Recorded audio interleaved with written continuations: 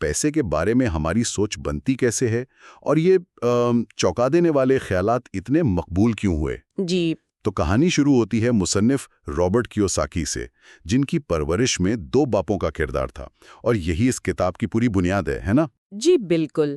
ایک طرف ان کے اپنے والد تھے جنہیں وہ پور ڈیڈ یا غریب باپ کہتے ہیں۔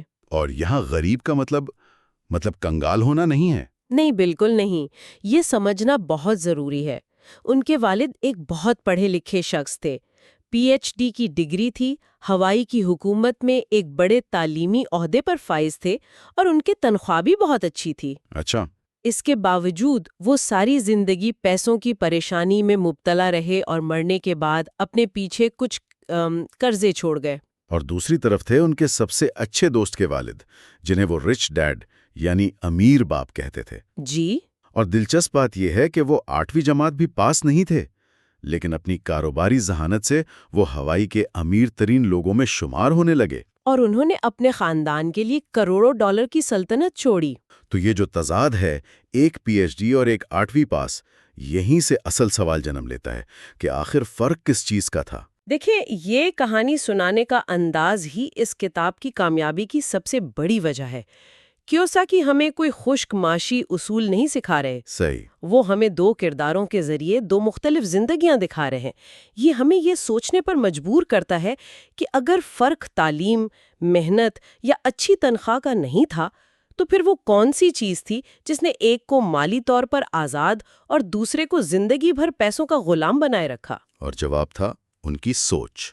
بالکل، جواب ان کی سوچ اور ان کی ذہنیت میں تھا۔ اور یہ سوچ کا فرق ان کی روزمرہ کی باتوں میں بہت واضح نظر آتا تھا۔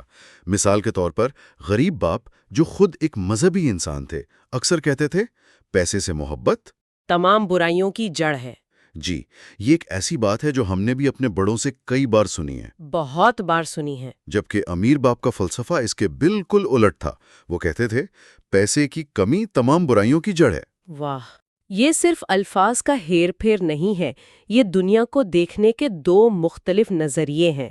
ایک نظریہ پیسے کو ایک منفی چیز کے طور پر دیکھتا ہے، اور دوسرا اسے ایک آلے یعنی ٹول کے طور پر دیکھتا ہے، جس کی کمی جرائم اور جہالت کو جنم دیتی ہے۔ اور اس سے بھی بڑا فرق، جو میری نظر میں سب سے اہم ہے، وہ اس ایک جملے میں تھا جو دونوں باپ استعمال کرتے تھے۔ غریب باپ جب بھی کوئی مہنگی چیز دیکھتے تو ان کا فوری رد عمل ہوتا، میں اس کا متحمل نہیں ہو سکتا۔ I can't afford it۔ جی، اور کیوساکی کہتے ہیں کہ یہ جملہ دماغ کے لیے ایک فل سٹاپ کی طرح ہے۔